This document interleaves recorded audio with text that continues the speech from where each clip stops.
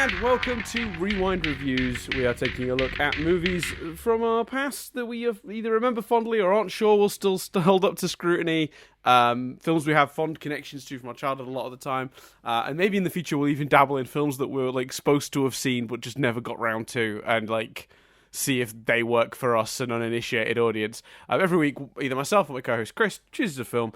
Last week, Chris chose Dumb and Dumber, and while reviewing that, I made the bold claim that I felt confident Wayne's World still stood up. So when it came to my choice, I decided to challenge my own bet, and I picked Wayne's World to see if that was true. My understanding, if I remember correctly, Chris, is that you hadn't seen this film, or you'd seen parts of it, or you'd seen it but then fallen asleep or something. I can't remember. What was sort of your history with the film?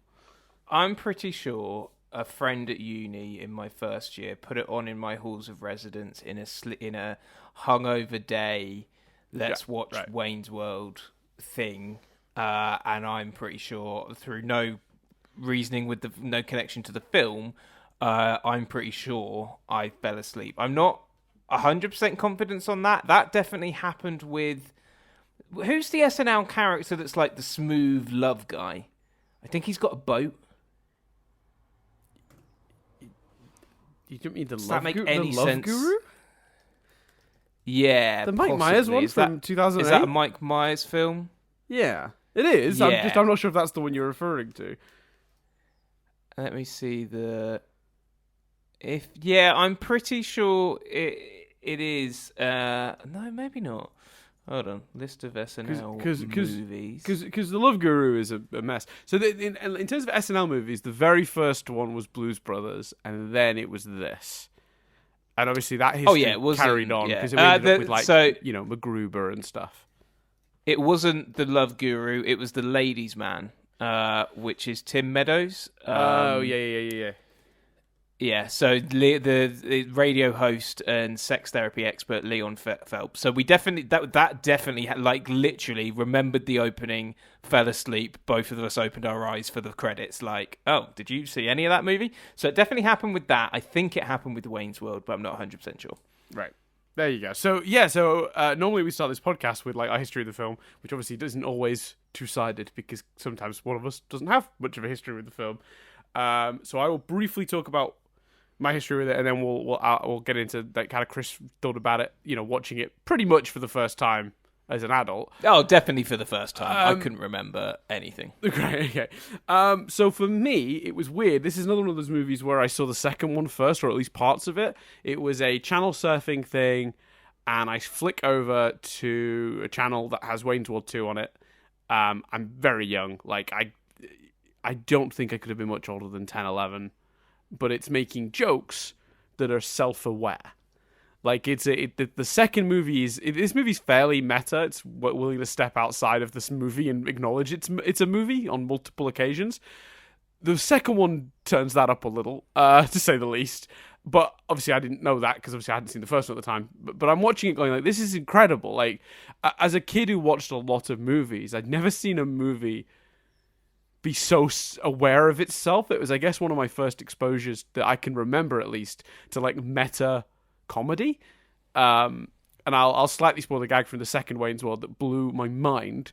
There's a bit early in the movie when they're somewhere along a street, and he's like, there's these guys with this pane of glass, and he's like, "What are you guys doing?" They're like, "Oh yeah, we're walking back and forth across the street with this pane of glass." "Why do you do that?" "I don't know. That's what we get paid to do." "Weird. What do you do?" "Oh, I keep these boxes of chickens here." "Are you selling them?" "No." "Weird. Crates of chickens. Okay." And then it gets forgotten, and at the end of the movie there's a car chase sort of, or a car like scene where he's racing somewhere quickly, and he crashes through the pane of glass and through the boxes of chickens. He's like, "Oh, that's why they were there."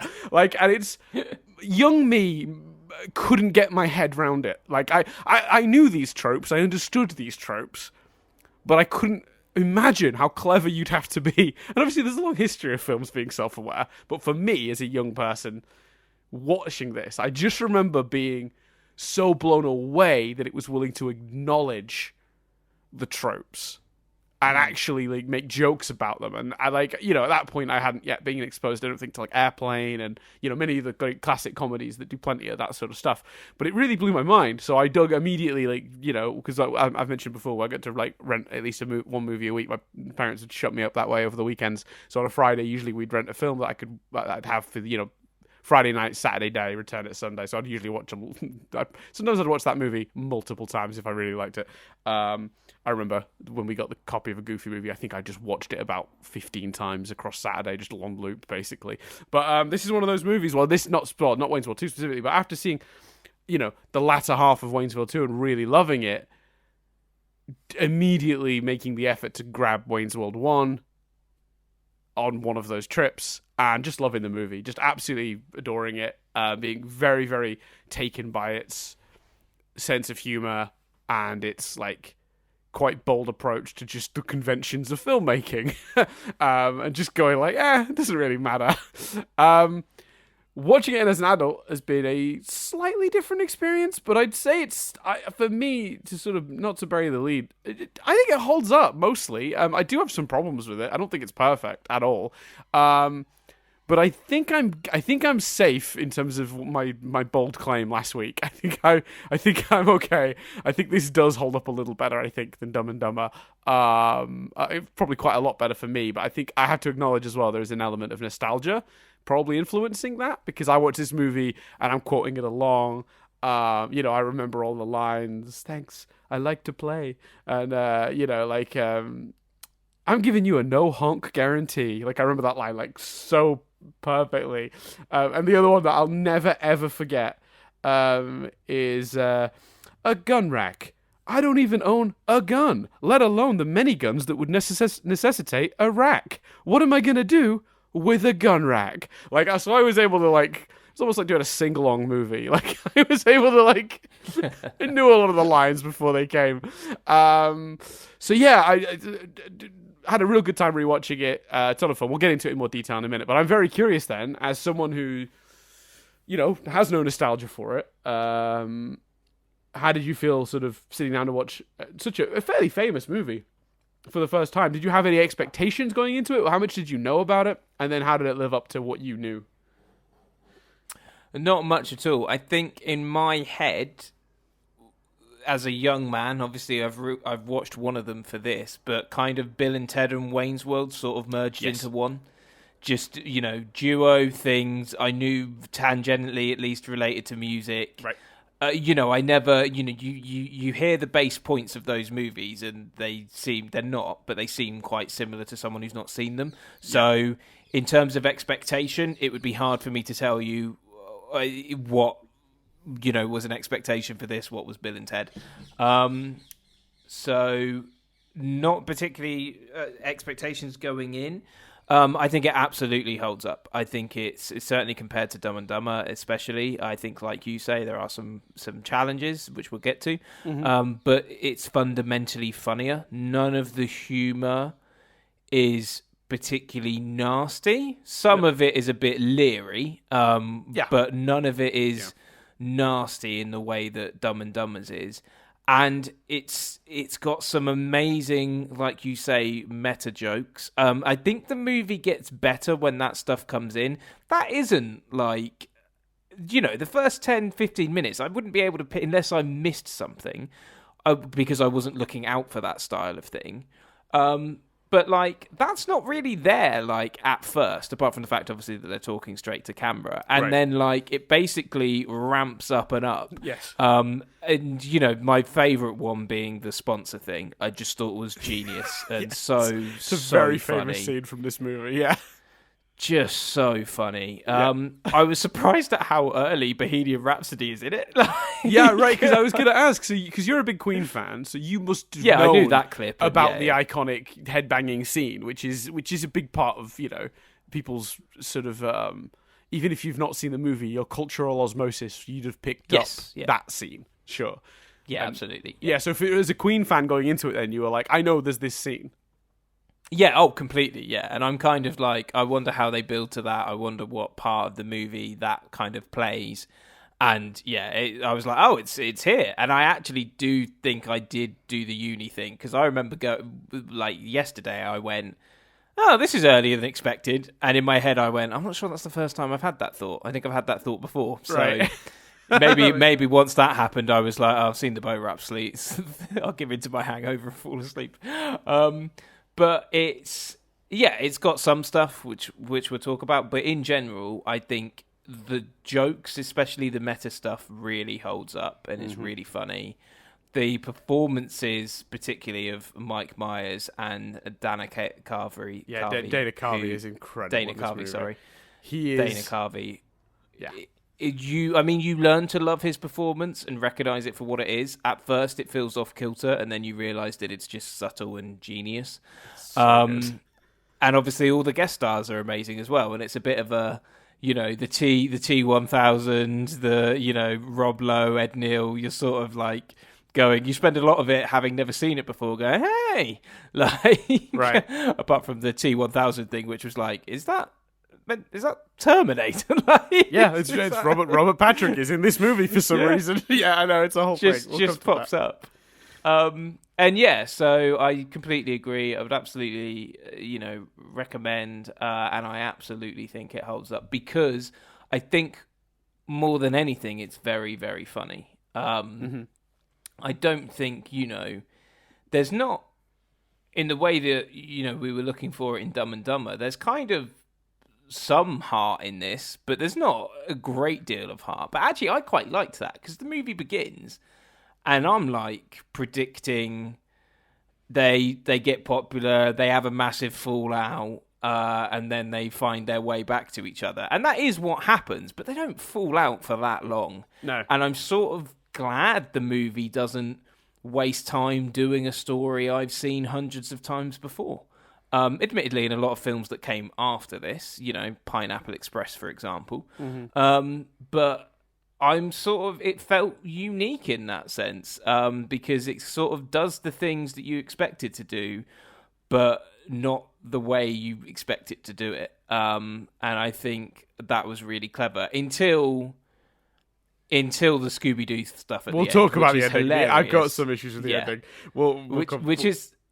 Which is hilarious, but doesn't really give you the ending you want or need. I'll tell you the note I've written and highlighted, and I very rarely highlight a note to be a discussion. The ending, funny, but at what cost? So we'll come back to completely. That. We'll keep a little tease for later in the podcast. But I think if we're just doing our... Those are my headlines. If we're doing our early, right before we get into the nitty-gritty and start...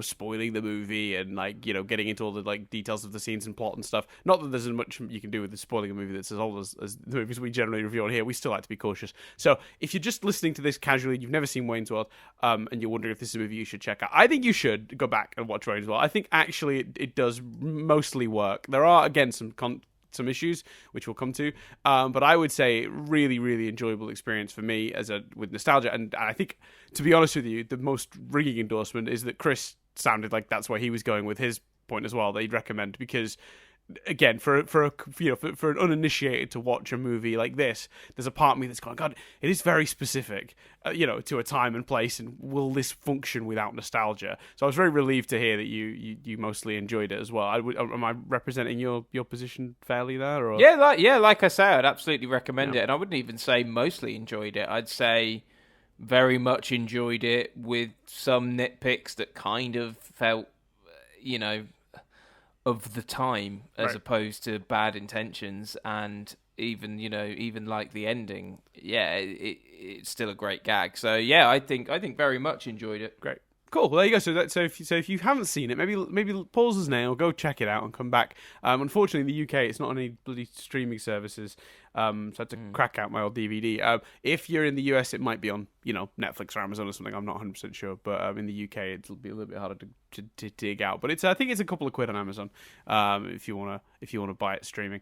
So very brief synopsis of the movie for those who don't remember. The movie is Wayne and Garth have a little dinky little show they run out of their basement, a little public sort of cable. What do they call it? Cable public cable access, something like that, public access cable, I don't know, whatever the phrase is, for like, local TV that's just broadcast in the area. And it's these two kids out of their basement just being idiots when this big sort of like producer guy, played by Rob Lowe, basically the character called Benjamin. I only remember his name because I love the way Mike Myers always makes fun of it and goes, Benjamin. I always remember the way Mike Myers delivers that name whenever he says it.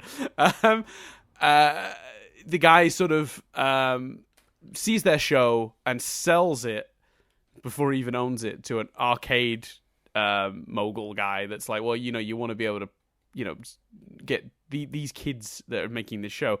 They're actually in their 30s, but don't worry about it. I think Dana Carvey's nearly 40, but don't worry. These kids are the same dumb kids that go into your arcade every week. These are the people you need to be marketing through. So they decide to sponsor the show, but it kind of ruins it.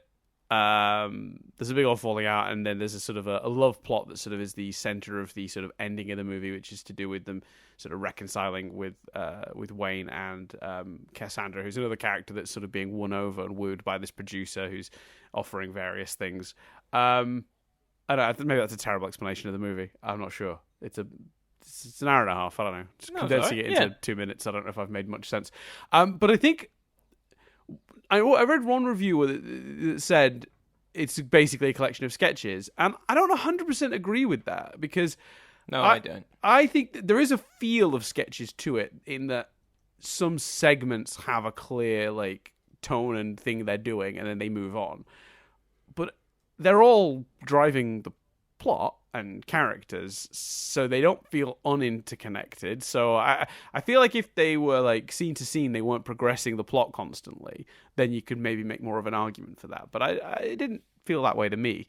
The only segment you could take out and sort of is funny or whatever in isolation is the Bohemian Rhapsody scene. The only reason that one works like that is because it's at the beginning of the movie before you're setting anything up. So it's kind of the title sequence, So yeah, I don't really know where that criticism comes from. The biggest overriding thought I had coming out of this though was that Dana Carvey is an absolute genius.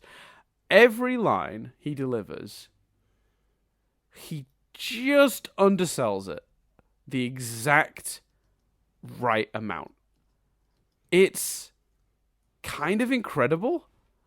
Like I can't actually like put my finger on why he's so good in this. Let me see if I can find the line. It's the one line that he delivered that made me just go, okay, this is like where's this guy's Oscar? Here we go. It's sometimes I wish I could boldly go where no man has gone before, but I'll probably just stay in Aurora. And I'm not doing it justice. His delivery of that line gives it so much depth and subtlety. It's incredible. It's absolutely masterful. Because I agree. I think he's brilliant, and I think Mike Myers is also great. And actually, it's kind of interesting. Mike Myers is a comedy genius, but he's done a lot of things where it feels like he's doing the same thing, and it's interesting to see him do something completely different. Right. Obviously, he did it first, but from my perspective. But here's a question for you then. Sure. They're both giving fantastic performances. Yes.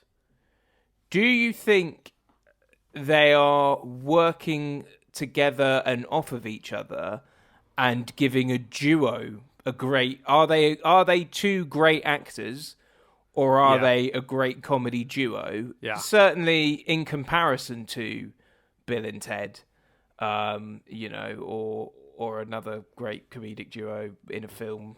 I don't know. I can't think of one at the moment, but you know what I mean. Yeah, no, I know exactly what you're referring to. I mean, even looking at your other example from earlier, Pineapple Express, like, the Seth Rogen of like James Franco team up. I think you're sensing something there that is true. So I'll put one card on the table right now. There is a trivia section, but we are not going to be doing the Mike Myers was difficult on set trivia. The reason being is, unfortunately, during the shooting of this movie, they had a very narrow window to shoot it. Very narrow, because they had to be back in September for SNL. So they had, 4 weeks or something stupid like that to shoot it in, it was 40 days or something like that, 30-odd days. And then they had to be back for SNL. And unfortunately, Mike Myers' father was progressively getting sicker during this and was very clearly not long for this world.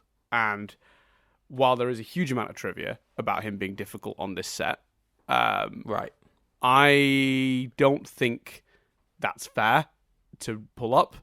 I think if he was going through stuff, I'm not saying it makes any behavior acceptable. I'm also not dismissing the rumors and stories that have come from the set of this movie, and nothing crazy. Yeah. He didn't like cuss anyone out or like throw a punch or anything like that. But he was apparently quite difficult to work with on this set. And I will say, it's not going to be part of the trivia. The reason I bring this up now is because there are stories that, particularly when they first brought him on at SNL, and because he'd already had the Wayne character. The Wayne character existed from a Canadian sketch show he'd done, I think, or a version of it. So when he brought the character to sort of SNL, they decided he should be teamed up with Dana Carvey. And to start with, he was not necessarily thrilled with that choice. I don't think he felt the character needed a counterpart. So I do think some ego stuff has been involved here. And there, no smoke without fire. There have been lots of stories over the years of those two sort of having a bit of an on and off relationship, and Lorne Michaels and Dana Carvey have both repeatedly gone, it's exaggerated, on a set people do disagree on creative stuff all the time, nothing to look into there. But you're right, I did sense when watching this film that it was two great actors giving two individually great performances, and while there are scenes they share together that they are both good in, I don't actually think they have a huge amount of chemistry with each other. And sometimes, because Dana Carvey is doing something so brilliantly subtle, sometimes it feels like they're in different movies. Like, literally. Like, someone spliced the movie together by taking footage from two completely different films.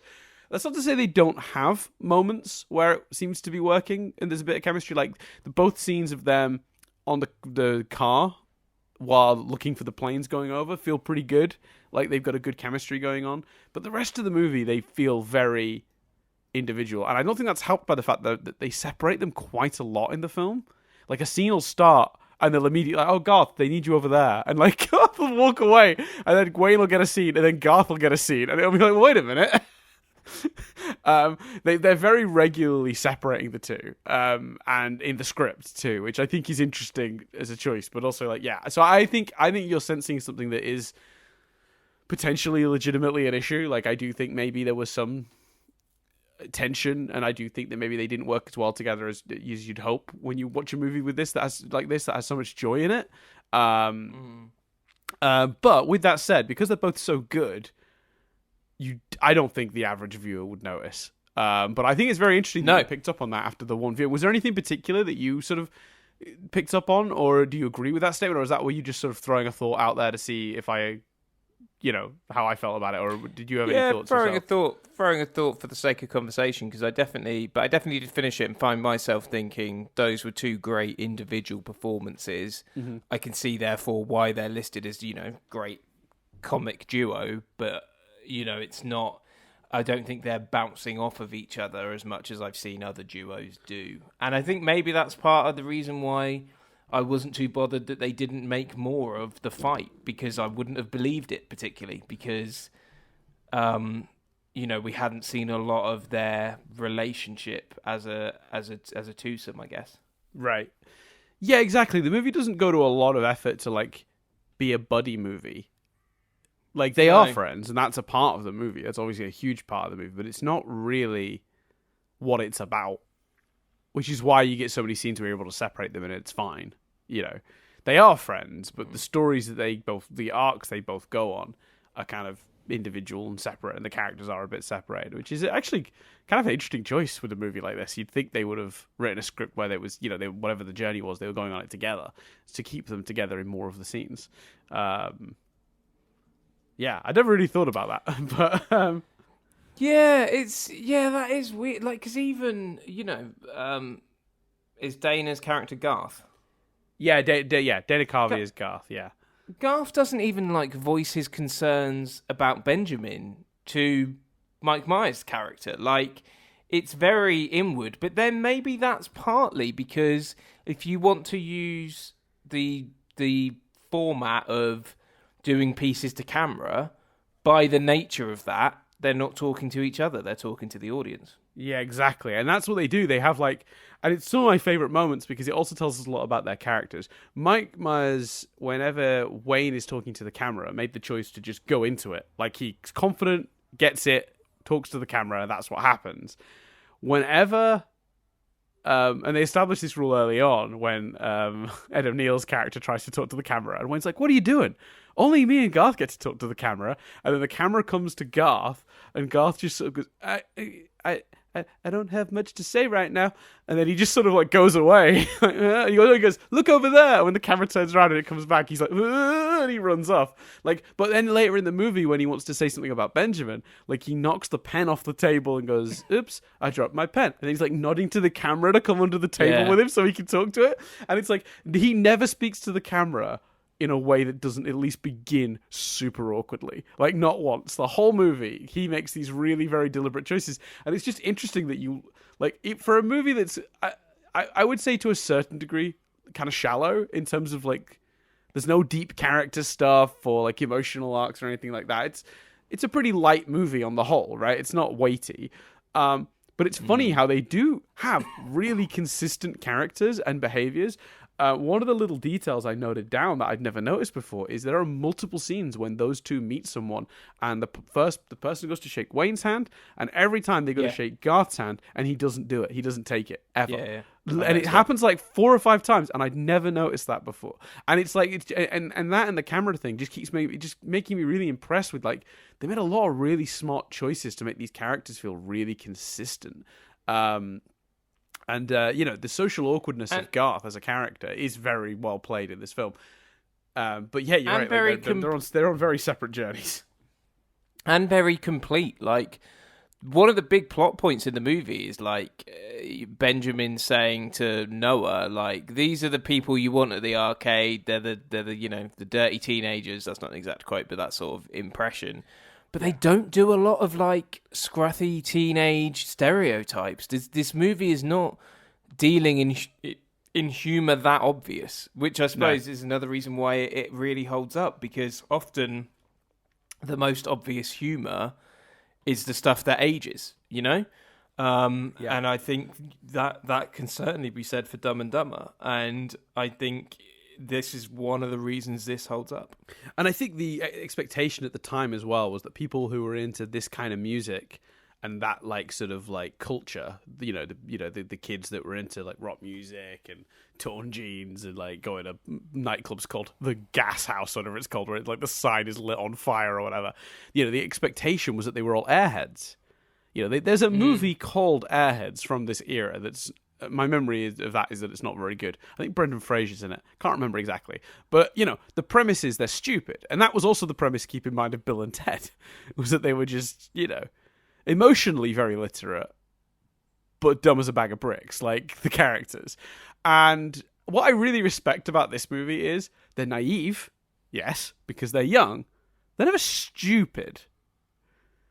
Does that make sense? Never. Like, well, there's a scene where, like, Wayne, like, learns Cantonese incredibly quickly. Yes. And I mean, they then play that for jokes where they just have them stop talking, but the subtitles are still there. But still, the implication that he was able to do that at speed and stuff is very smart. They're not, like you say, they're not playing it for the aren't these guys airheads at all. No, which would have been the easy, lazy stereotype to go with, the closest even like things like the contract, the fact that he's not read it properly.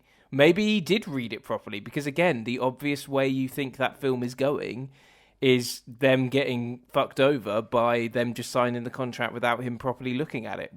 That doesn't happen. And, maybe when we talk about the end, we could argue it should, because it's slightly, you could see it as a thread hanging, or you could go, well, actually, he did take it in when he read it.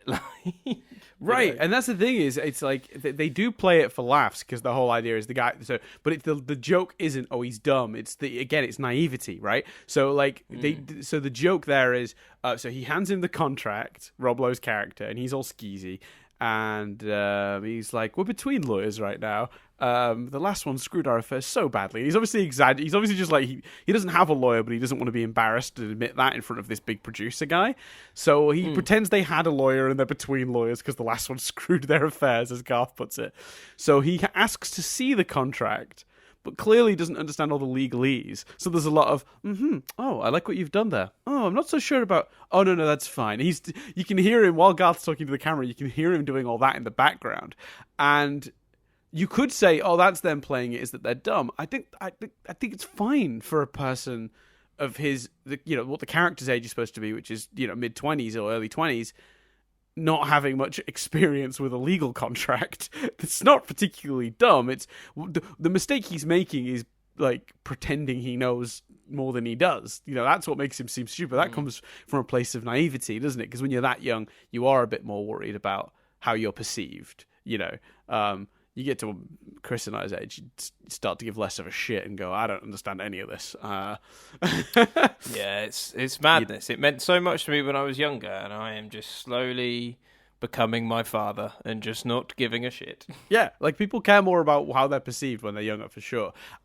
So again, it's not obscene that's making them dumb. And then there's the other thing, which is the crew. Now, so another thing they could have done and didn't do, and I know we're basically talking about the stuff the movie avoided, but it's half of what's great about this movie is the stuff it doesn't do, I think, because there's a lot of obvious, easy stuff they could have gone for, was the crew. So they've got this crew who don't really have a lot of dialogue. It's just a couple of guys. They look like they should be in a band, all really long hair, but they're obviously very good at what they do. The tech, they make this show work on crappy equipment that's exploding all the time and all that stuff. And they do this scene where they get into a professional studio and the guy's showing them the 5, 4, 3, and then and the joke you could have done there was that the dumb crew didn't get it and kept saying it out loud, but the crew get it right most times. Like it's like it's Wayne and Garth nodding along that ruins it. So again, it's such a great moment. I don't want this to turn into like our Jingle All the Way review, where we're just like, and then this scene happens. One of my favorite jokes in this whole movie is they're doing a preview, like a test practice show, and they're like, we've got a green screen here on Wayne's World now, so if we can go to New York, and they're like, hey, I'm in New York, I'm gonna get a gun and see a Broadway show, and then they're doing all these stereotypes for all these places. I'm in Texas, yeehaw, and then it just comes up with Delaware, and then like, yes, we're in Delaware, because they have nothing to say about Delaware. One of my favorite jokes in the whole movie. Makes me crack up every time. And credit to Rob Lowe as well, because in that contract scene I just referenced, the little sly side smirk he gives when it's clear Wayne doesn't know what he's talking about is very devious and very well played. Yeah, Rob Lowe, it's interesting because, I know there are other films, but it's always interesting for me, I think, when you first get introduced to actors at the point where they're already like considered, legend is too big a word, but maybe a little iconic in some way, sure. And you just kind of don't know those performances, so to them they're just the guy from Parks and Recreation. To then see some of those performances that helped create that is always, I think, fascinating. Yeah, because you recently went back and I say recently, in the last couple of years, you went and watched all of West Wing, right? So like, yeah, to do that and then go even further back and see this must have been quite a... Yeah, so I'm basically doing Rob Lowe's career in reverse. Get ready for my next choice, which will be whatever the first movie he ever did was. So yeah, absolutely.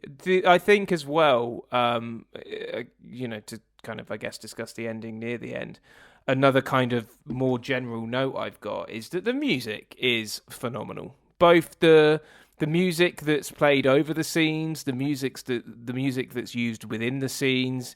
It's got a brilliant soundtrack and a really, again, appealing soundtrack for the audience. You've got like Red Hot Chili Peppers and stuff like that, but not the obvious songs you'd expect to hear. Even, and maybe this is just a lack of knowledge, it might not have even come out at the time, but when they go to the Alice Cooper gig, I'm like, right, well, here comes School's Out. Do you know what I mean? So, but it's not that song choice. He doesn't sing Schools Out. He sings a song, I think, that was called Frankenstein.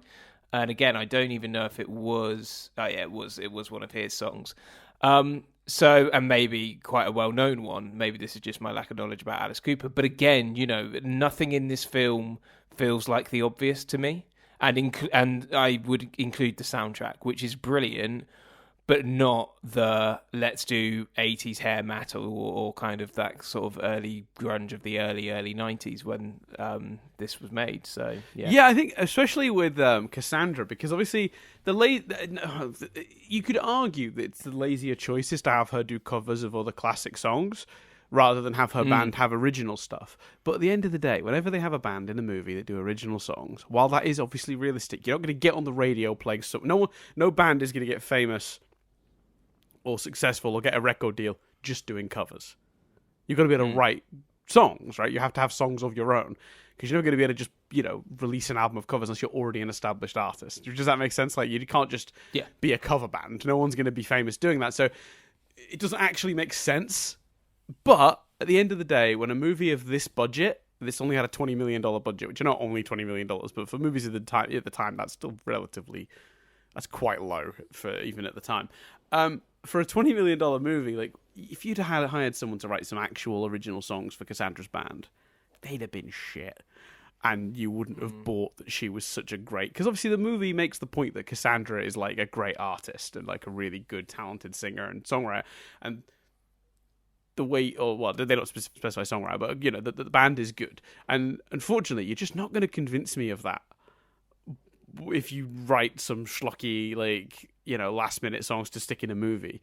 That only works when they have enough money to hire someone. Like, the reason the Scott Pilgrim songs work for Sex Bomb is because they got Beck to write those songs. They got an actual musician to come in and do it. And I'm sure that cost a pretty penny. I don't think you get Beck to come in and write 4 or 5 songs for your movie without paying him a fair amount. So the choice to have Cassandra just do, like, covers, while it doesn't make a huge amount of sense, it's way better, I think, than the alternative on the budget they have. So yeah, the soundtrack top to bottom is really good. And apparently, what's that? I've got I went, as you were talking, I went and looked at the soundtrack, and in the notes on Wikipedia, it does say Myers originally wanted I'm 18 and School's Out. But Cooper's manager convinced them to use Feed My Frankenstein instead. That is in my trivia, but yeah, absolutely. Yeah. And also there was a lot of debate over the use of Queen too. So Mike Myers did wanted Bohemian Rhapsody specifically, but the studio didn't. And there was a lot of debate about what song it would be. And Mike Myers basically threatened to leave the movie altogether if he didn't get his way on that one. And he did. And obviously now it's one of the most iconic scenes. It doesn't say what Guns N' Roses song, but I don't know if any build in quite the same way. The reason it's so funny and effective is because of the build to the headbanging. Yeah, which is particularly good with the combination of the character that's, like, partied out, as they describe it. The guy that, like, they pick up along the way, which I also think is a really great early scene that sort of shows that it's not going to be a really cynical, nasty movie. The characters have a lot of empathy for others, and they pull over and they're like, "Oh, you're partied out, dude. Come with us. We'll look after you." Like, and they take him, they bring him with them. He's just sat at a bus stop looking like he's going to spew. But he's in the back of that whole scene, like, looking really sleepy and, like, but when the headbanging starts, even he, like, perks up, like, from basically being catatonic, which makes that scene great. But you're right, I don't think it works with pretty much any other song, unless you can choose another song that's going to have, like, a slow part and a build to a big epic headbanging moment. I don't know. Yeah, but it needs to be something, like, with a hell of a lot of recognition as well for the audience to sing along and get swept up and enjoy it, and also them. The joy of that scene is, what are they going to do when it gets to the rock part? The guy isn't asleep for all of it though, because they do some great stuff where he's doing the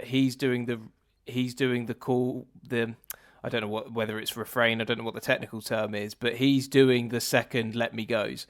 So they go, "Let him go," and then he goes, "Let him go." Like, so yeah, which is also amazing. It's really well done. So yeah, the music is great. And to very briefly go back to your Rob Lowe point as well, it's really interesting. This movie kind of accidentally revived his career, because even though you're sort of doing his career in reverse, very quickly, I just want to point out that like he'd been in like St. Elmo's Fire and like Masquerade in like the 80s, and was already making quite a name for himself.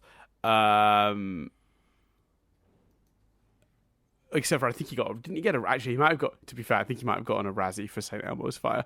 I think he got the worst supporting actor or something. But anyway, but he was already relatively famous, and then there was a scandal involving a sex tape.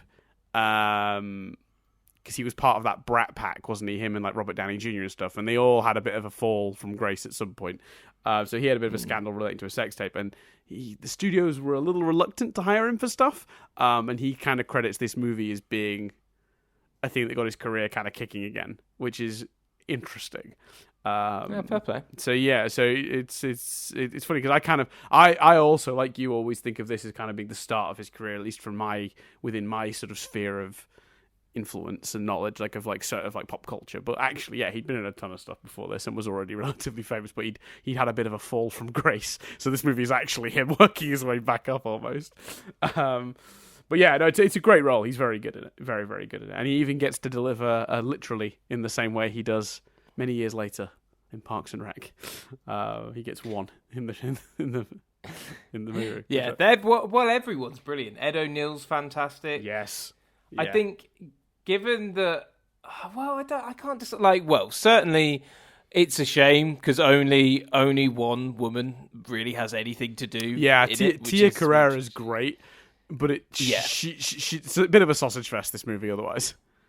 Yeah, but she is fantastic, and she doesn't particularly have.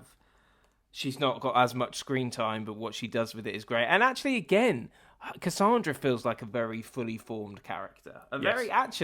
While she's the only woman, she is a very strong woman. She is. Yeah, the first scene we see her, she gets off stage. Some idiot spills beer on her. She like bloody bicycle kicks him. Like, it's awesome. Yeah, she's a very capable character. Her decisions are never like based on the like.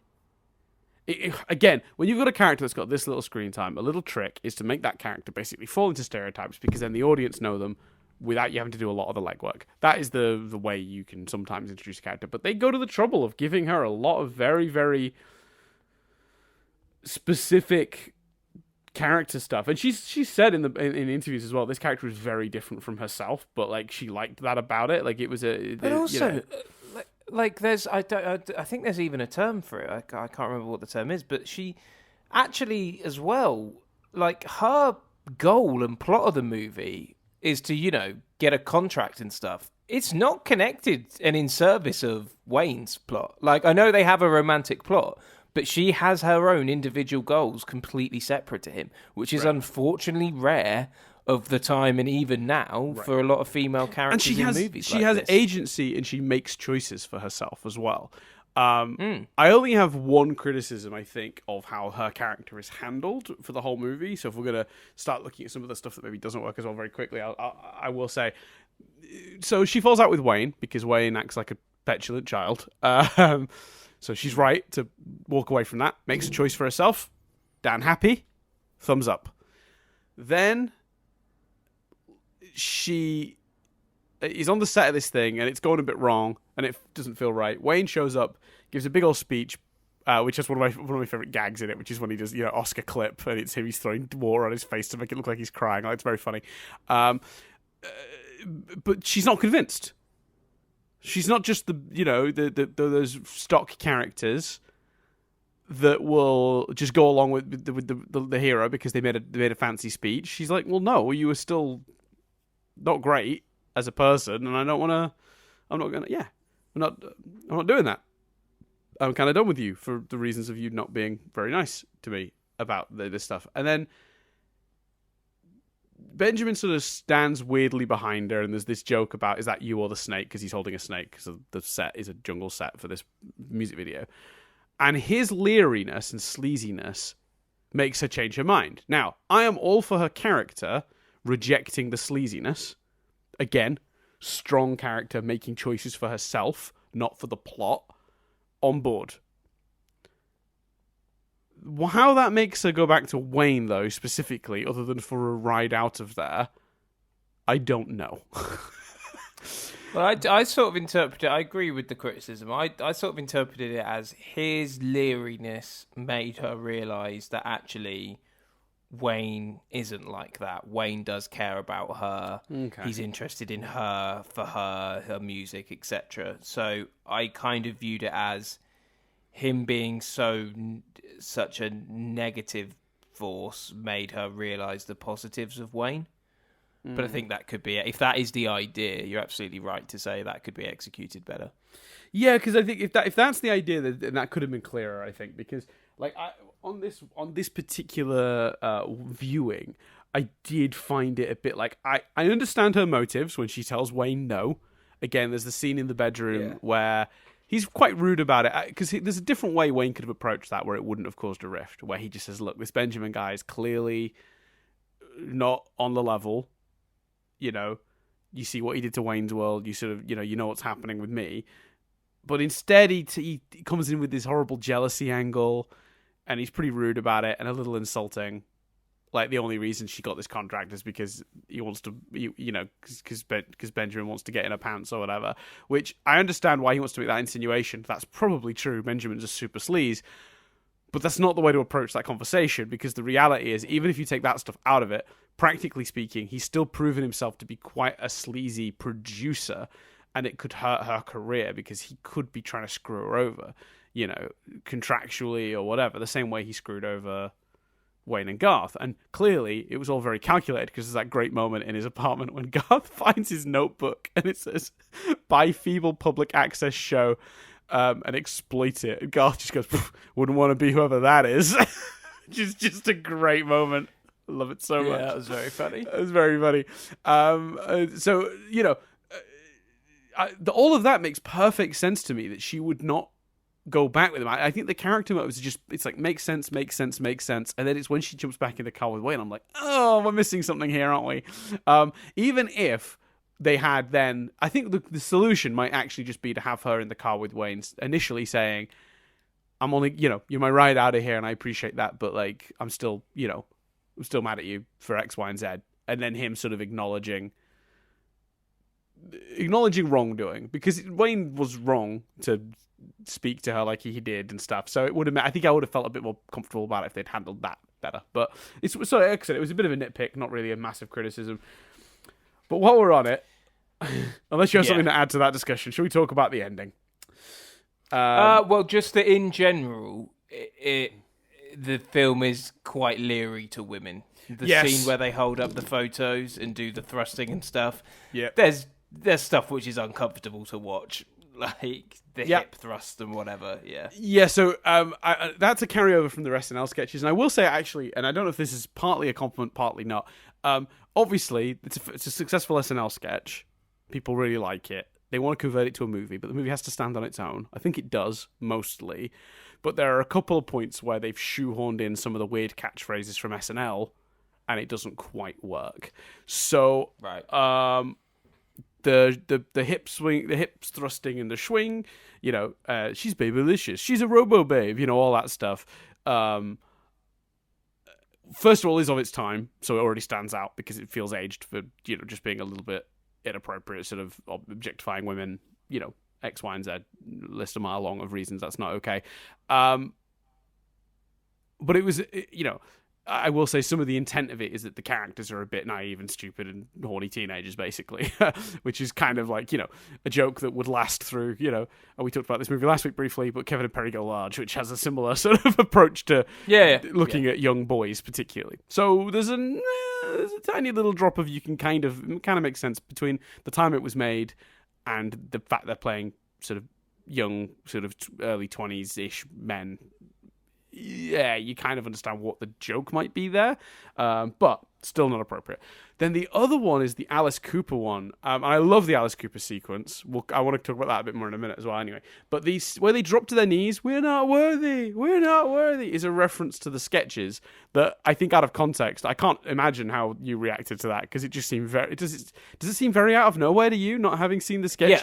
Yeah, I literally, when that happened, right. I went, this is clearly from the sketches, because, and obviously that's something that again has reached my cultural zeitgeist. Like, I think I knew it. I would have even said it was Wayne's World if I'd have heard it. Mm-hmm. But it just comes out of nowhere, and it feels like it didn't feel very organic. And Right. yeah, I absolutely thought, oh, that must be from the sketches. Yeah, and there's a few times they make it work by putting it in just the TV show segments. So you think it's like a catchphrase because they have a weekly TV show. But when it happens outside of the context of the TV show, that's when it feels weird and not organic. Does that make sense? Yeah, completely. Yeah. But yeah, to your point, I do think the movie definitely has an issue with like the way, like in certain scenes, it like objectifies women. Although I will say one of my favorite plot lines, payoffs in the whole movie involves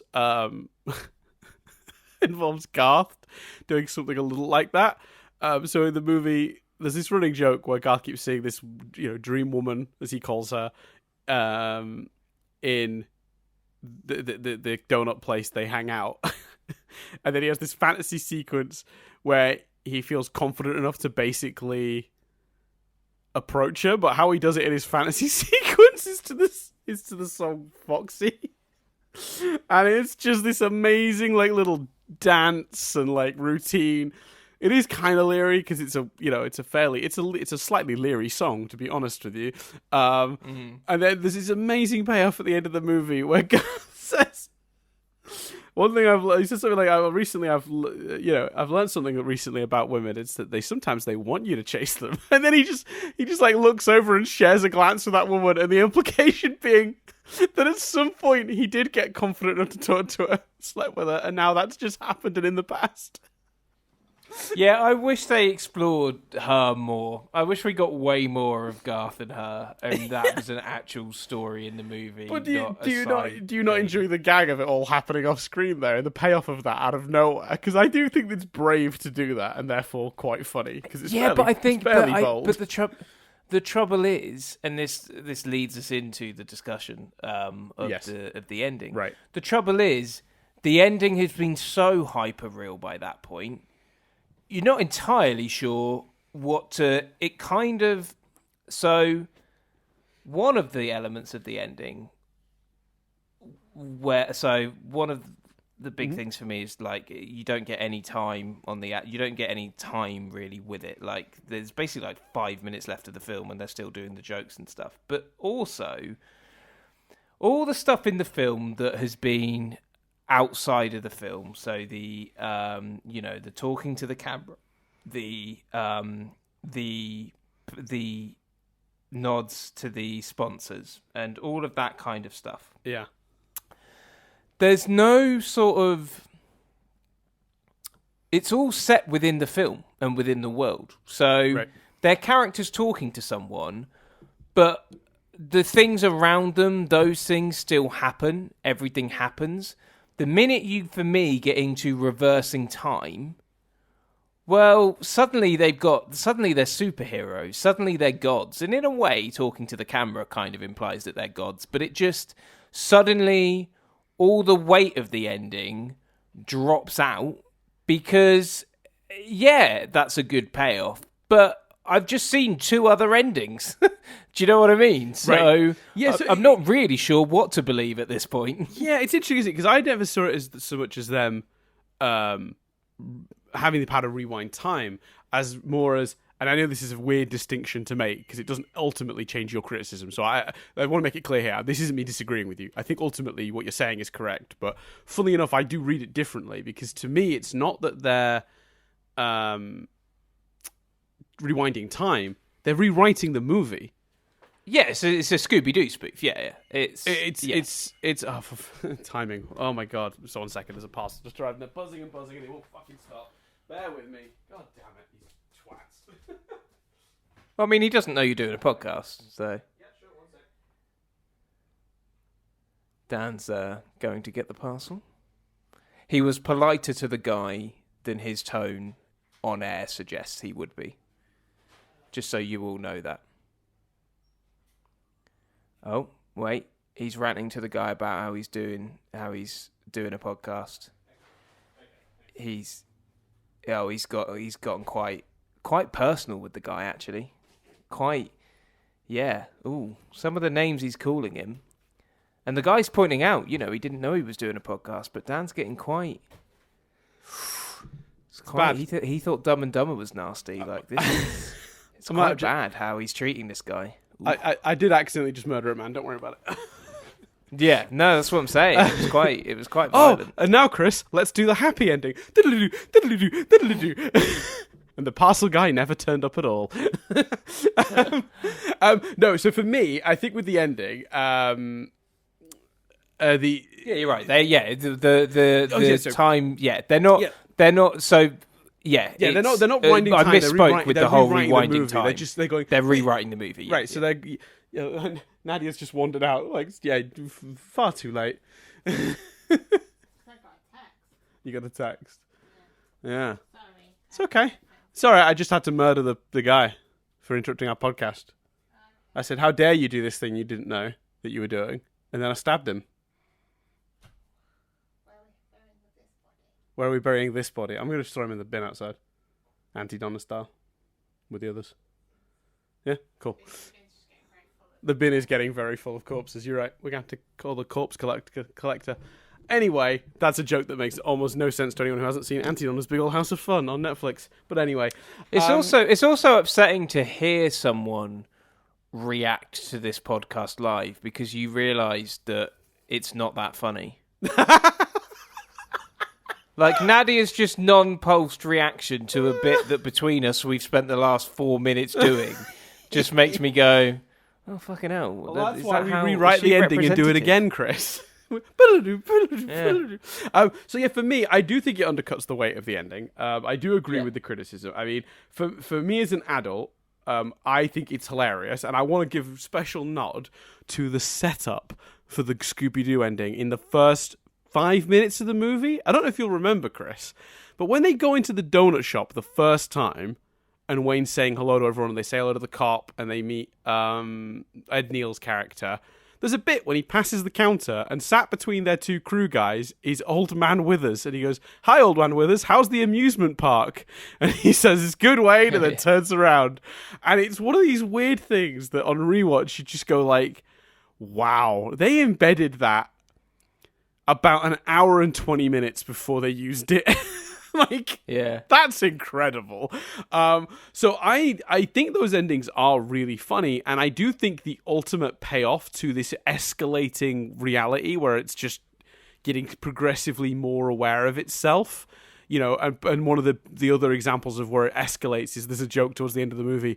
Well, Wayne, they're like, "What are you going to do, Wayne?" And he opens this door and there's just a bunch of guys doing like ninja training and like explosions and stuff. And he's like, "Geez, what are you going to do with these guys?" He's like, "Oh no, nothing. I just always want to open a door to a room full of guys training like in a Bond film." And then he shuts the door and then they just carry on like nothing happened. Yeah. So I think it makes perfect sense, and I can see how a writer writing a movie like this might see the multiple endings both as a commentary on movies doing multiple endings, you know, like having multiple endings shot and then only choosing to use one of them or whatever, and then putting some out on the VHS or whatever. I could see how that makes perfect sense. The problem is it does undercut the story, because when they finally go, "It's over, Wayne's World, I'm like, wait, that's it? So was that last one real? Was the one before it real? Which one was the real ending? What? I assume that I'd like to think the happy one, but yeah. Right, but if it's the happy one was the real ending, did Rob Lowe's character really come in and be like, "I really learned something today"? Because it's so hyper exaggerated as well. It's not and just so go on. Out of character as well. That was the bit that got me about that, because I was expecting the moment where he waves the contract in their face and goes, "You can't do this." Like, it's so out of character, and I wanted more of a climax between Wayne, Garth, and him. So my proposal to fix that is to shoot a fourth one. So they do the apocalyptic ending, the Scooby-Doo ending, the ultra happy ending, and then they go, "Should we just do the real ending?" And go, "Biddle-doo, biddle-doo, biddle-doo." And then they do how it actually plays out, which is still a version of it working out reasonably well for them, but not quite as over the top. You know, Rob Lowe's character does come in and waive a contract, but actually it turns out Wayne didn't sign it correctly or whatever. You make up whatever nonsense you want. Doesn't really matter. But Wayne and Garth win. And we don't have the over exaggerated. I love you, Cassandra. I love you, Dream Woman, which is one of my favorite jokes in the movie. But that can't be how it actually ends. No, that's the problem. We're denied the legitimate ending of the movie because we get 3 versions of the ending, but none of them actually fit with the rest of the movie. One of them would have to actually fit with the end of the movie for that idea to work, in my opinion. So I think there should be, and it's a short movie as it is. It's not like they were constrained. It's like an hour and 28 minutes, something like that. It's not a long movie, an hour and a half at max. You could have easily given it an extra 5 and done you good joke endings, which are all very funny, and I do like them, and I like that that's the payoff to the meta-ness of the movie. But what you then need is the real ending, like a legitimate one that actually fits with the rest of the film. Yeah, because otherwise you just feel like you're missing it. So yeah, so my note of the ending, funny, but at what cost? Yeah. Absolutely applies. Yeah, completely. Other things I just thought we should probably talk about. Those suits really are wearing Rob Lowe. I don't know who did the costuming on this movie, but it's like they put him in a tent every day. They're huge. And I know it's like a style thing, maybe of the time, like a hangover from the 80s and the early 90s, but fucking hell, they look awful. I don't normally comment on fashion because I'm not very fashion conscious, and it's rich of me to tell anyone that their fashion is bad. But let me tell you, Rob Lowe's character wears the fucking worst suits in this movie. They are awful on every level. Wow. Was not expecting that note. No, neither was I. Come on. It's I do think the movie does suffer a little bit from some 90s humor that doesn't still work. The saying the thing that you don't mean and then adding nah isn't particularly clever. To the point of parody. In this movie, that's a great idea. No, but what I do think is really good about it is they do pay it off when they have Russell, Benjamin's long-suffering, assistant producer, whatever he's called, in the booth at about, 2/3 of the way into the movie, and then he does it. Oh yeah, sure, I'm sure they'll take that great. No, it's brilliant. Well, one of my favourite subtle things was when Rob goes off with... Benjamin goes off with Wayne and Garth. Yes. And then it cuts back to the rest of the gang, and that dude is still with them. Russell is still with them. Which is why that joke at the end of the movie of "I love you, man." Thanks, I guess. No, man, I don't think you get it. I really love you. That's because they've spent a lot more time together than we've seen. Yeah, that really. So you actually buy that character's turnaround because of the way they set it up. For those who don't remember, that assistant producer eventually ends up helping Wayne and Garth. There's this amazing scene where he comes out with a torch, and Garth's like, "Put the torch down, man. Put the torch down," like it's a gun. And then when he grabs it off him, he really slickly rotates it, and the batteries fall out the way you'd eject a magazine from a gun. It's very good. Excellent physical comedy from Dana Carvey. The drum scene, always one of my favorites. Another little insight into it doesn't add a whole lot to the plot of the movie, but the sequence where Garth is they're in the store buying instruments and stuff. Wayne's buying his Excalibur, the guitar he's always wanted because he's got money now. And Garth is in the store looking at drum kits. There's this just amazing scene where we again get to see that Garth is this really shy, introverted person that has fantasies of being more confident, and he starts playing this drum kit, and in his head it becomes this big on stage gig thing, which is all implied very subtly with just the sound of a crowd and lights and echoes that create that vibe. They don't actually show him in a stadium, but the vibe is created, and then it comes back to reality, and just one guy's like, "That's amazing," and he's just like, "I like to play," and it's just so subtle, but so good, and I'll always remember that scene. And then moments whenever he's on his own and he's just doing weird stuff also gives us real insight into Garth. When he makes a donut man and he's like, "Oh no, Mr. Donut Man, I hope you don't get stabbed." And then he's stabbing the man he's made out of donuts. It's insane, but I do love it. So yeah, and I also love, again, just little details. I don't know if you realize this, but you know the next day after the first night out, they go to get the car's getting like worked on, and the guy wants loads of money off them, and they're having to like keep searching their pockets. And that guy is Phil. That's the guy that was partied out. Oh, is it? I didn't notice that. I've never noticed it before. I've seen this movie dozens of times. It's him cleaned up the next day, having sobered up at his day job. And the funniest thing about it is, if you listen to the conversation he's having with Wayne, he's saying to Wayne, "Oh, you should have been at the gas house, whatever that bar is called, last night. This band were on at the Ross." He's like, "Dude, I was there," and that's even funnier when you go, "Oh, not only were you there with him. You took him." But he was so drunk he doesn't remember. There's so much detail and nuance for a film that, from what you said earlier, they recorded really quickly and filmed really quickly. Right. Yeah, and I don't know if that's just like a lot of people cared a lot about making this movie function, or if it's just like a really tight script. I do think it's a good script, because obviously a lot of the jokes were scripted. I mean, there are some stuff that's improvised. One of my favorite moments in the movie is an improvisation. It's the I think I wrote this one down. Did you ever find Bugs Bunny attractive when he put on a dress and play a girl bunny? And then Wayne laughs and he goes, "No, neither did I." Which is just such a great line. But that was apparently an improvisation. But a lot of it is just very tightly scripted, I feel. I imagine a lot of this stuff was on the page, because you can't plan for that sporadically. Like having the Scooby-Doo guy in the earlier scene, or having Phil, the partied out guy, be clean cut the next day working as a mechanic, because he's sobered up.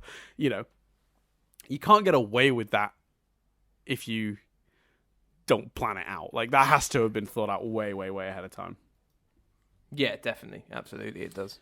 And just a little nod. Alice Cooper apparently got to the set and didn't know he had lines. He just thought they were doing a song, and then he had one line. He didn't realize he was going to have to deliver a whole speech, but it is actually, which is actually one of the best parts of the movie, which is apparently he really is a bit of a history buff.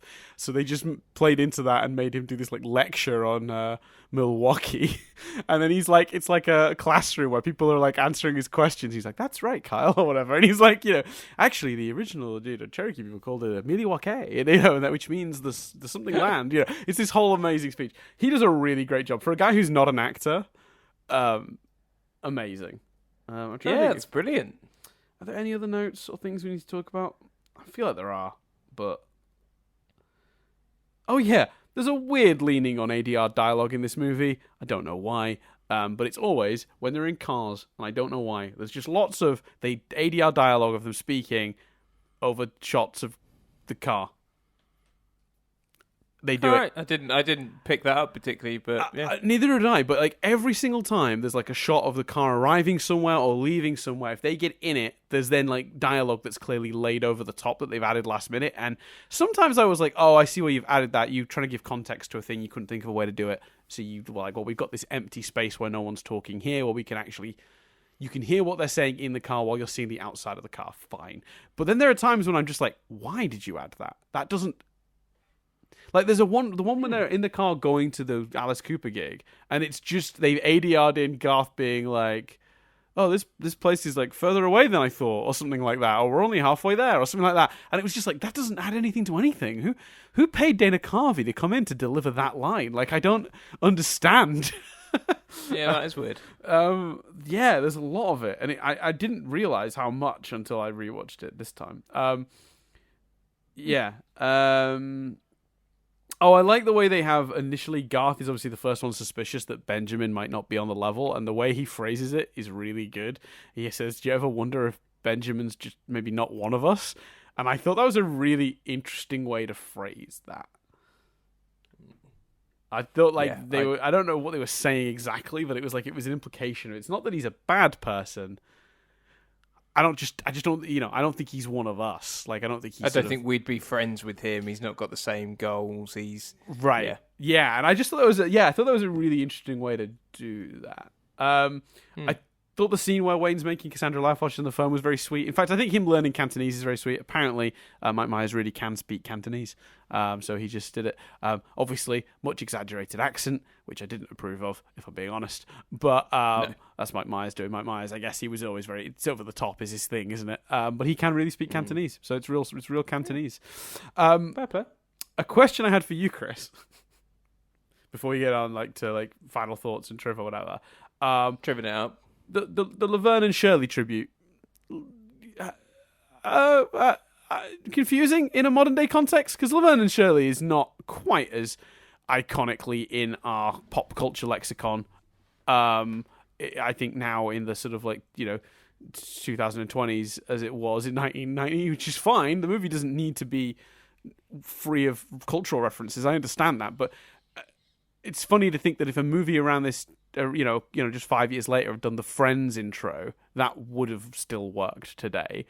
But doing the Laverne and Shirley title sequence, almost recreating it shot for shot out of nowhere, bit weird, and I'm not sure how well it works in a modern day context. I don't know. How do you feel? I think it actually works fine, because I just had to Google what you were talking about, because I didn't get that it was the Laverne and Shirley intro.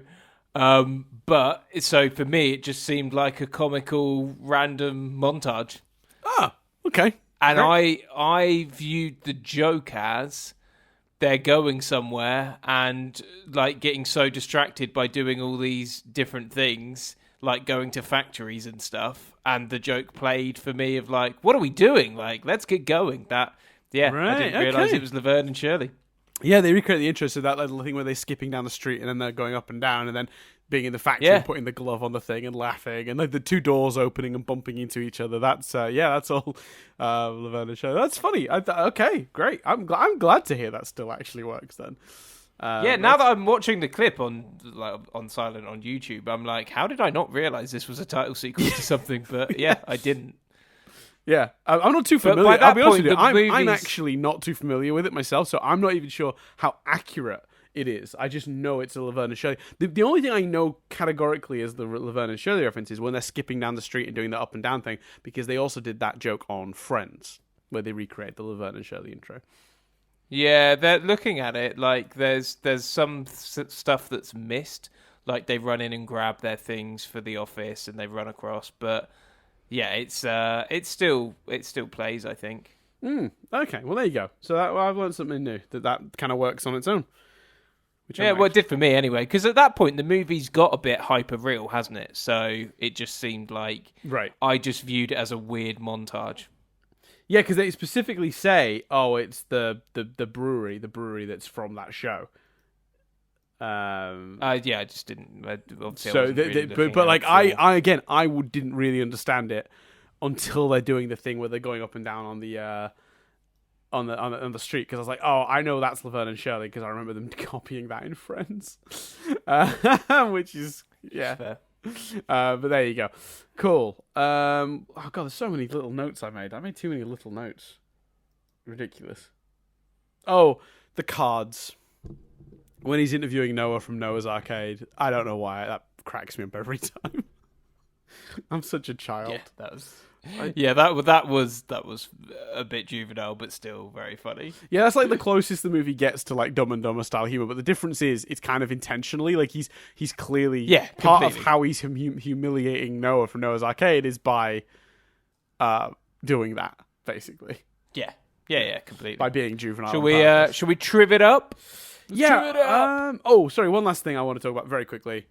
Chris Farley, obviously the late, the great Chris Farley, gets a small role here, one of his first film roles. I loved Chris Farley as a kid.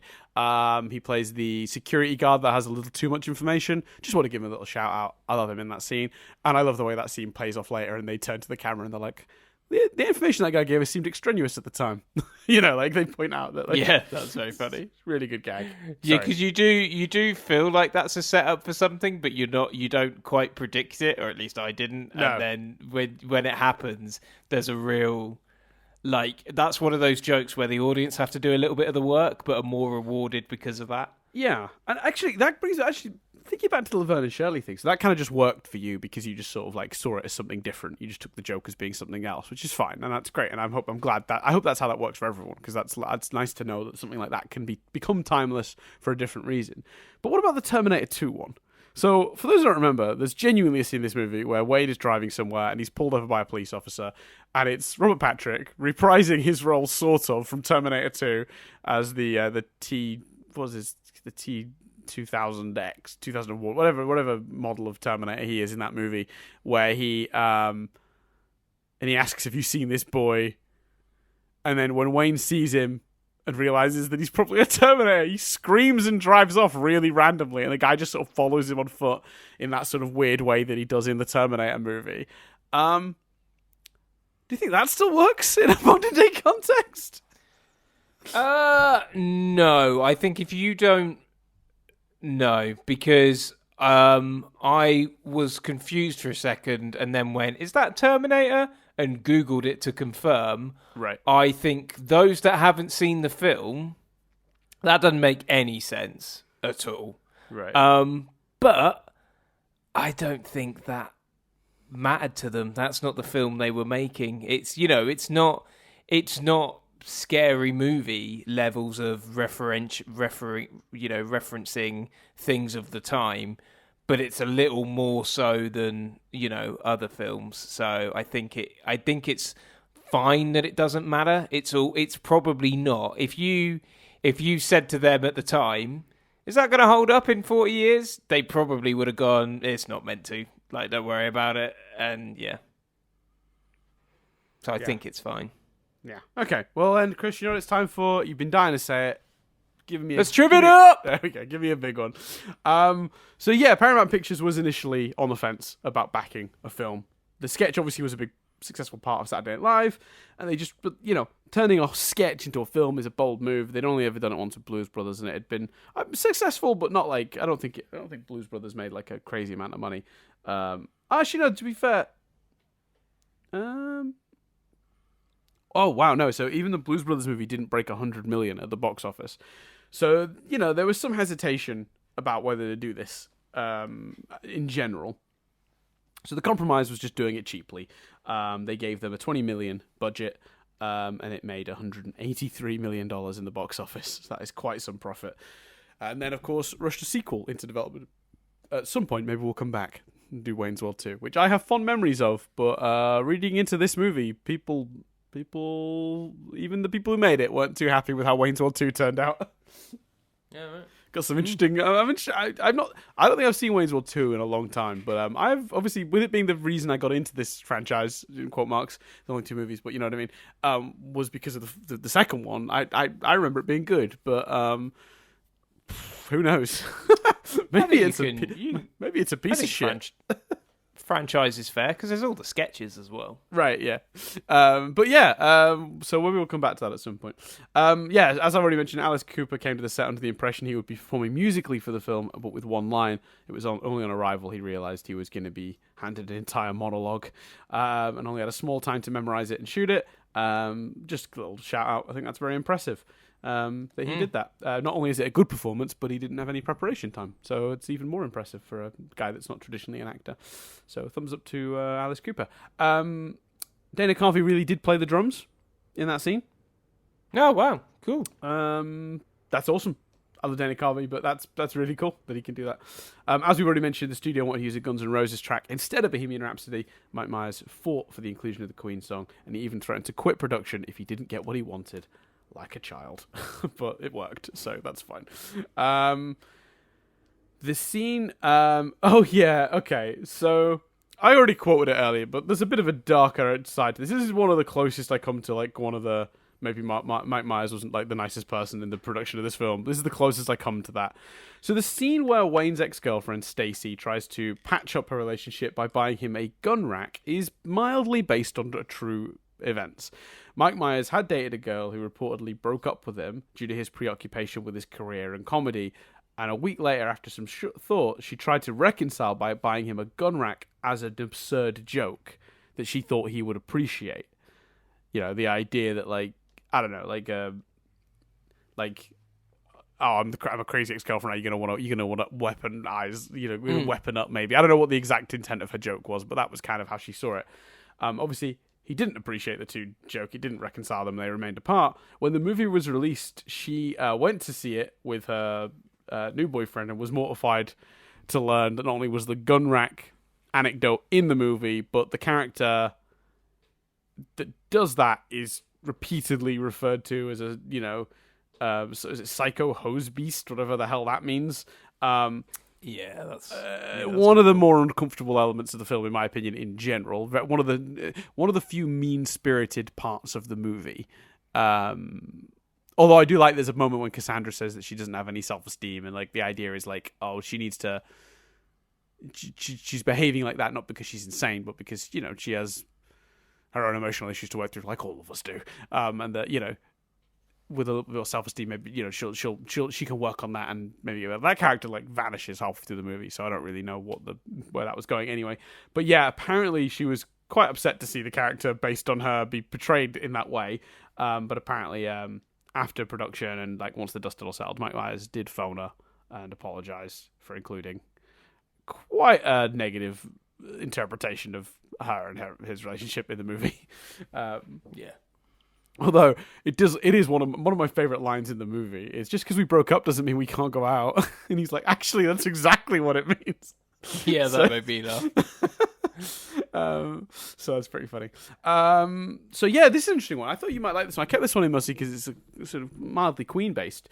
The film is credited with kind of reviving popularity of the band Queen in the United States. So they had actually kind of dropped in popularity through the 80s in the US, and their two tours that they'd done in the 80s, the 1984 tour for The Works and the 1986 tour for A Kind of Magic, didn't even visit the States, which is crazy. So the funny thing is, after its inclusion in this movie, Bohemian Rhapsody got higher in the charts, number 2, than it had ever been when it was released originally in the 70s, which was, I think, number 9 in the charts. But unfortunately, Mercury didn't actually live to see the song's renaissance in America. He actually passed away just a couple months before the film released. But according to Brian May, he had given permission for the song to be used in the film and had gotten to see clips pre-release. Mike Myers had sort of sent a tape along and wanted him to see it. I think maybe that was done once it became clear Freddie might not live much longer. I'm not sure. This trip is a bit vague on that element of it, but either way, he got to see it before he died, and presumably gave it his blessing. I mean, he permitted them to use it in the first place. So, yeah, kind of sad, but interesting. I find it interesting that it managed to get the song up to number 2 in the charts. That's mental. Yeah, especially when, because in the UK, the song went back to number 1 after Freddie died. So it's surprising that wasn't responsible for a resurgence in the song, maybe, or indeed like Live Aid. But yeah, no, that's I read the same thing, that Freddie had seen it and apparently found it hilarious. So it's great to know that he saw it. And yeah, it's great that it sort of brought the band back into America's mind. Yeah, I would agree. So Rob Lowe said that after I hate to move on after a point like that because it's kind of poignant, isn't it? It's like, oh, sad things, Freddie Mercury, beloved singer. Anyway, more triv, like it feels rude to do it, but maybe in future for a note for myself, if I have any triv that's a bit heavier like that, put it at the end. So I don't have to immediately go like, anyway, in a really careless way. Well, also, it was also, of course, in a bit I personally didn't love, referenced in Bohemian Rhapsody, where Mike Myers is playing a record executive, sort of an amalgamation of a lot of different record executives and radio personalities, and he kind of goes, nobody's gonna sit and headbang to this in cars whilst like staring at the camera, and it's like, oh, you didn't need to do that. Yeah, I get why they did it. And I get it, but it takes you out of the movie slightly, doesn't it? Slightly, yeah, I'd say so. Yeah. Rob Lowe said that he discovered his hitherto untapped gift for comedy after meeting Mike Myers, who would then also cast him later on in the Austin Powers sequels. Often this film is cited as reviving his career following his sex tape scandal, which I've already referenced, but there you go.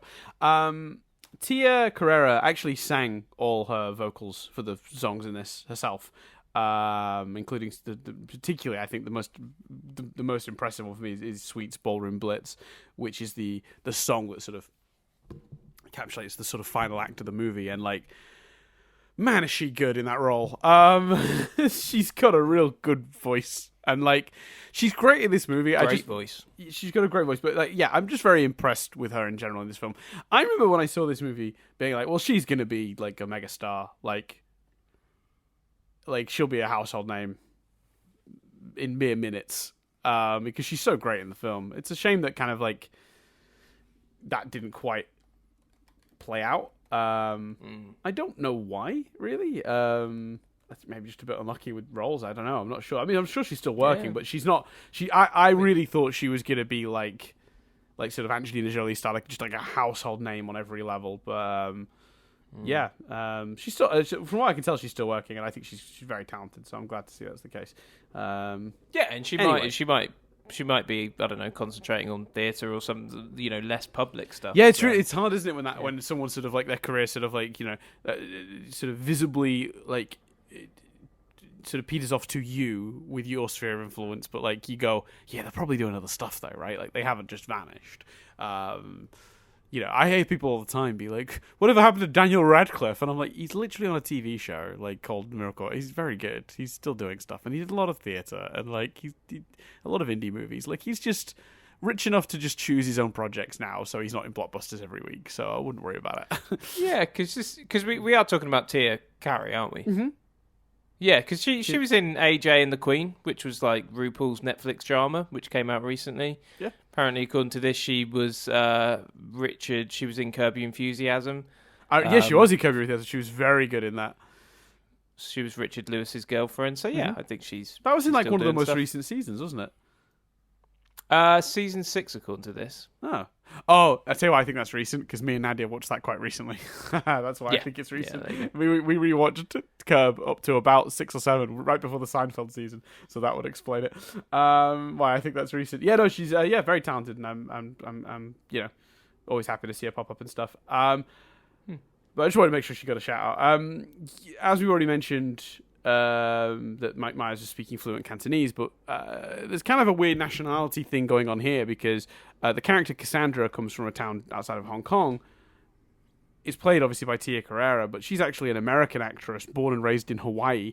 And in terms of her descent, she's I think Filipino, Chinese, and Spanish in descent, and therefore they've kind of adjusted her nationality for the movie because Mike Myers speaks Cantonese. So it had to be that's the only way that would work, which is a bit unfortunate. I always find it really tricky when they do that. This implication that they do it a lot with, and I've heard Kumail Nanjiani's talked about this a lot on his old podcast about how he gets put up for a lot of what he calls brown roles, where it's this person is from that part of the world, you can play him, and it's quite a lot of different cultures and countries being covered by I come from this very specific one. It feels weird you're putting me up for this part, so I always feel a bit uncomfortable when they sort of change someone's nationality for the sake of a movie. I do think I understand why it happened here, because again, it had to fit with the fact that Mike Myers fluently spoke Cantonese as an actor, and they were using that in the movie. So then the role had to be. Normally, nationality just doesn't matter, which is why it feels so weird when they make that choice. But in this case, it actually kind of is relevant to the plot. So, I don't know. I guess it's fine. But apparently, she didn't understand anything that was being said in Cantonese in the movie, which I think is quite funny. Yeah. So there you go. Because why would she? Obviously there's a weird accidental meta joke that happens in this film, because they couldn't actually get the rights to the opening notes of Stairway to Heaven in most countries. So, there's the joke in the movie is he goes to play Stairway to Heaven, which is famously a song every beginner guitar player learns, and therefore when people go into guitar shops, they get the staff at the store hate Stairway to Heaven. They go out of their mind, and they've got it on like a banned list of songs you can play in guitar stores and stuff. In the movie, he goes to play it. The guy puts his hand on the guitar. I was like, "What are you doing?" And he points to the sign, "No Stairway to Heaven." And he's like, "No stairway, denied." But unfortunately, because they couldn't get the rights to even the opening 4 or 5 notes, in many countries, it's been changed to different notes. So, "No Stairway Denied" really is "No Stairway Denied." They couldn't even use stairway to make the stairway joke work. And presumably a joke that doesn't make a whole lot of sense without it. Correct. So yeah, just a weird thing that happens. What can you do? So Dana Carvey apparently modelled Gareth on his brother Brad, and he stated it in interviews that he actually developed like weird pain in his jaw due to giving Garth this kind of like overbite. So he'd spend the nights after filming Wrapped with like ice held to his face, basically. This was not a pleasant movie to make for a lot of the people involved, is what I'm getting. I've skipped obviously a lot of the trivia related to Mike Myers, but no one seems to have had a great time on this set. There's also talk of Mike Myers falling out with the director. There's too many different accounts of it, and it's one of the reasons I've not talked about it in here. But it seems one thing that is clear is that they disagreed on the final cut of the movie. And there was a lot of voices involved in that, because obviously the studio had their idea for it. Lorne Michaels, who's the Saturday Night Live producer, had an idea for how it wanted it to sort of work out. Mike Myers had his own vision, and then the director had her own vision for it as well. But one thing is clear is that was the source of a lot of the tension towards the end, and then that the director wasn't brought back for the second one. She has since claimed, I think she thinks that Myers was quite responsible for that choice, but obviously that's all hearsay, and I'm not really going to go into that. But if they disagreed on how the movie should come together, and there was a big fallout of any resulted from that, it makes sense they wouldn't necessarily want to work together again. But yes, Penelope Spheris, who did a great job on this movie, and at the time was one of like, I've got to imagine like basically 0 female directors working in Hollywood. There weren't a lot of female directors working at the time, and this is one of the more successful films. It was technically directed by a female director, so I don't know. I feel bad that she didn't get to come back for the sequel, but it sounds like there were a lot of people with money invested in this that were already making it quite difficult, and obviously Mike Myers was going through his thing. So I don't know. There's so many different versions of the event. The only thing I can say for sure is that there were disagreements about how the final edit came together, and for everything else is speculation. Okay, cool. So yeah. I tell you, for someone not wanting to talk about Mike Myers being difficult on set, you've sure mentioned it a lot. I mentioned it a couple of times, but I will say I've not told the stories. There are many of them. And this one I'm bringing up because it relates to the director and the choice to not bring her back for the second one, which I do think is interesting. And it also, I think this one kind of is more about there were too many people who had a vested interest in how this was edited together, Mike Myers included. That doesn't make him a bad guy. That's just, people have different creative visions for things. Exactly. So that one's not about him necessarily being difficult on set, which is the stuff I've skipped around. Anyway, apparently, according to Dana Carvey, the intention was that the robot that Garth is working on is being built to kill Benjamin, and that's why the arm reaches out for him when the two are discussing the show. And the changes to it. Oh, God. That's very subtle, but funny. Yeah. I think that's very funny. Yeah, and then he hits it with a hammer and takes it down. It's very good. I like it. It's a great joke. So apparently overseas marketing and dubbing for this movie became very hard, because basically a lot of the humour relies on slang and pop culture references that obviously don't work in other countries. Apparently the Laverne and Scully? Yeah, that famous show, Laverne and Scully. Apparently that parody in particular caused a lot of bewilderment when it was screened for distributors in France. They just did not understand what any of that was. And apparently as well, it's a lot of like the dialogue, like, swing and, all the catchphrasey stuff that was of the time just didn't really translate in many countries, made it very difficult to get into other regions. But they did it in the end because they did it, and the movie came out. It made money. Yeah. So there you go. One last bit trivia, Fair play. Chris, because it wouldn't be trivia without my favourite world famous segment. Here we go. Cars exist, baby. Yeah, they do. And this is a very simple, single piece of Cars Exist trivia this week, rather than last week's multi-stage Cars Exist trivia. Garth's car, the Mirthmobile, is a 1976 AMC Pacer. And it's quite a valuable car these days, and regained popularity following the movie. And as a result, several of them were restored, and now they're worth quite a lot of money because they've got this connection to this movie. So it's sort of added value to people who owned old 70s AMC Pacers. Yeah, that's cool. Happy for them. Great. Yeah. Good time. So there you go. That's everything. Great work. Good Sorry trip, it took Dan. so long. It was a right. tricky one to do the trip on because because there was a lot to sift through. I tried to focus it down. And if you want to know some of the stuff I skipped around, just go Google it yourself. But we've talked about it. Anyway, moving on.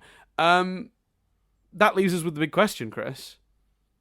Well, first of all, final thoughts. Great movie. You should go see it. Think it totally holds great up. movie. Well worth checking out if you haven't. Well, I assume most people have. Yeah. But yeah, it's a good time all round. Yeah. Had a really good time with it. Did you watch it with? Did you watch it on your own, or did you? Yeah, at like 11 o'clock last night. Right. So Jess didn't. She didn't have any stories like last week where Jess kind of came in halfway through and was like, "What's this?" Or was that 2 weeks ago? No, she had her eyes. I think actually she might have enjoyed it or would have watched it, but because she was next to me. I'm very lucky. Jess doesn't mind me like watching stuff even like without headphones or whatever. Right. And she did sort of, I think, based on how tired she was, but how she did still sort of pay attention to the first scene, I think she probably might have enjoyed it. But no, she was asleep. Right, gotcha. Cool. So that leaves us with the big question, Chris. Then, if we're giving this one a big thumbs up, and at some point we'll come back to the sequel. I think that's a good idea. I'd be curious to see how that holds up, but obviously much in the future. We're still going to get to the bloody Gremlins 2 at some point. I'm very excited to show you that one. There's loads, man. We got Gremlins. There's Gremlins, Toy Story. Oh yeah. Bill and Ted.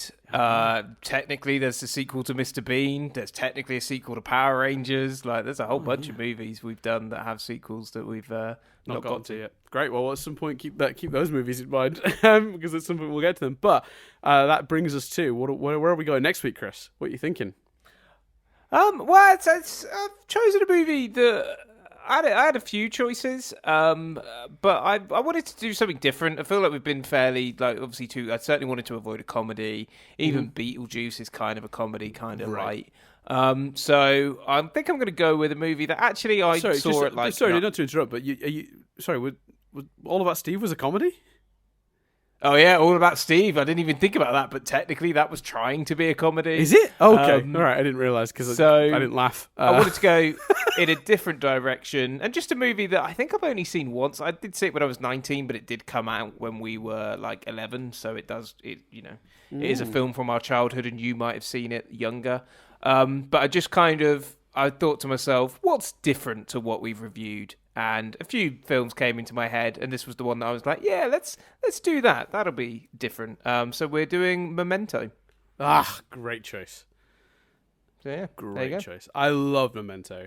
It was it was in my pretentious period that we all go through when we're younger and we're watching films, and we switch to like, we've been watching dumb blockbustery stuff, and then we sort of discover that there's this whole other world of like, lower budget, maybe sort of more mid-tier, like indie films that have got these really interesting ideas, and you just like, all your being John Malkovich's, your Donnie Darko's and Memento and all. It's just this whole, from our age group, our generation, those were the movies that, I'm sure it's a different list of movies that people at that age group are going through now, where they're like, oh, so clever, and like, but yeah, it was like the pretentious shite phase. Even at 19, it's also worth adding, not to say any of those movies are bad, but it's just that point where like you just get so up your own backside about the movies you're watching.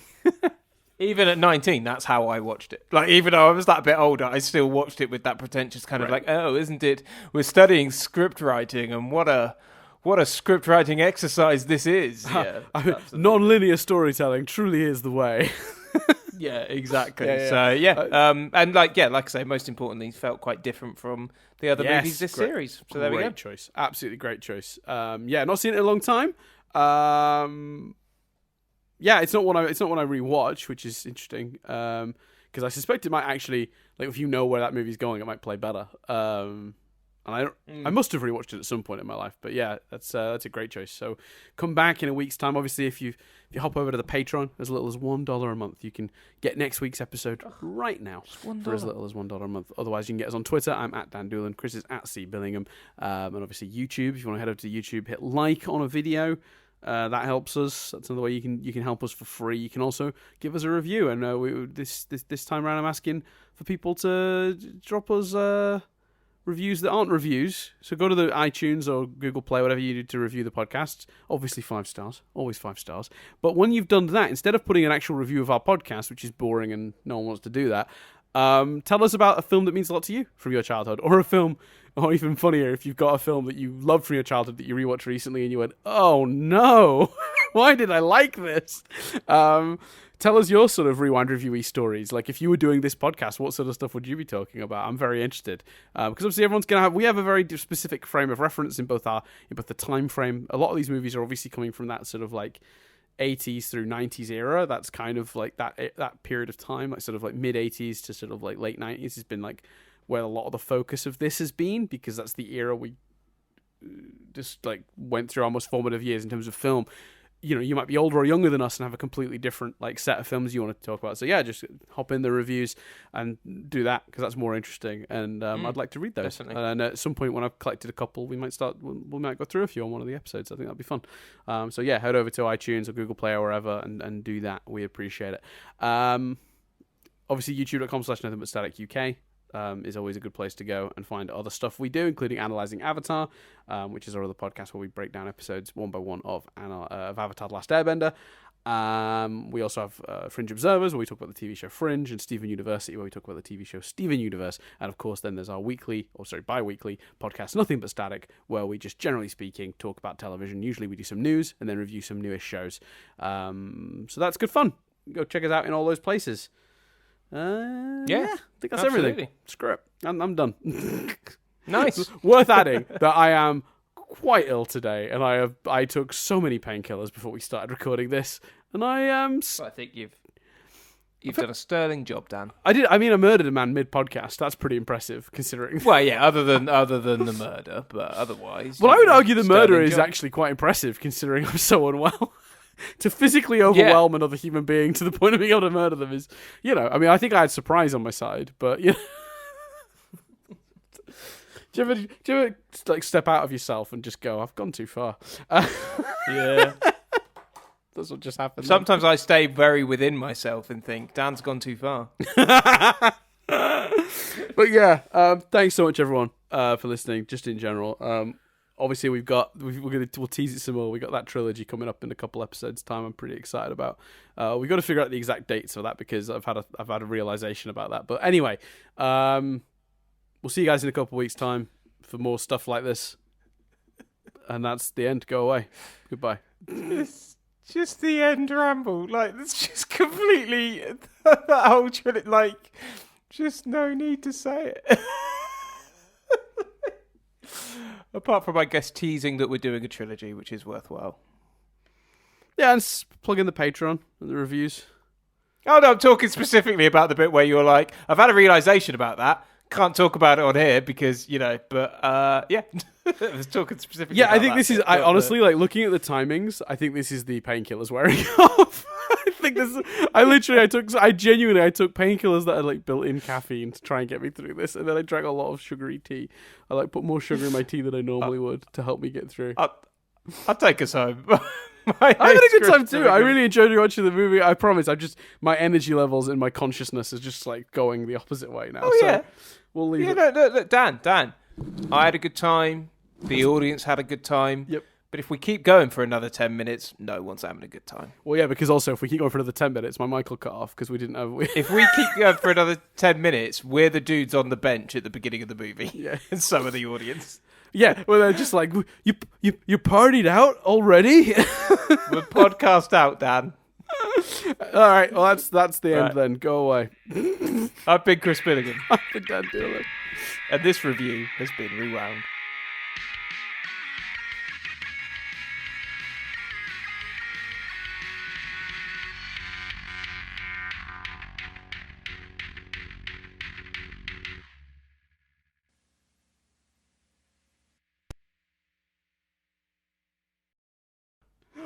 We've not done that yet this series.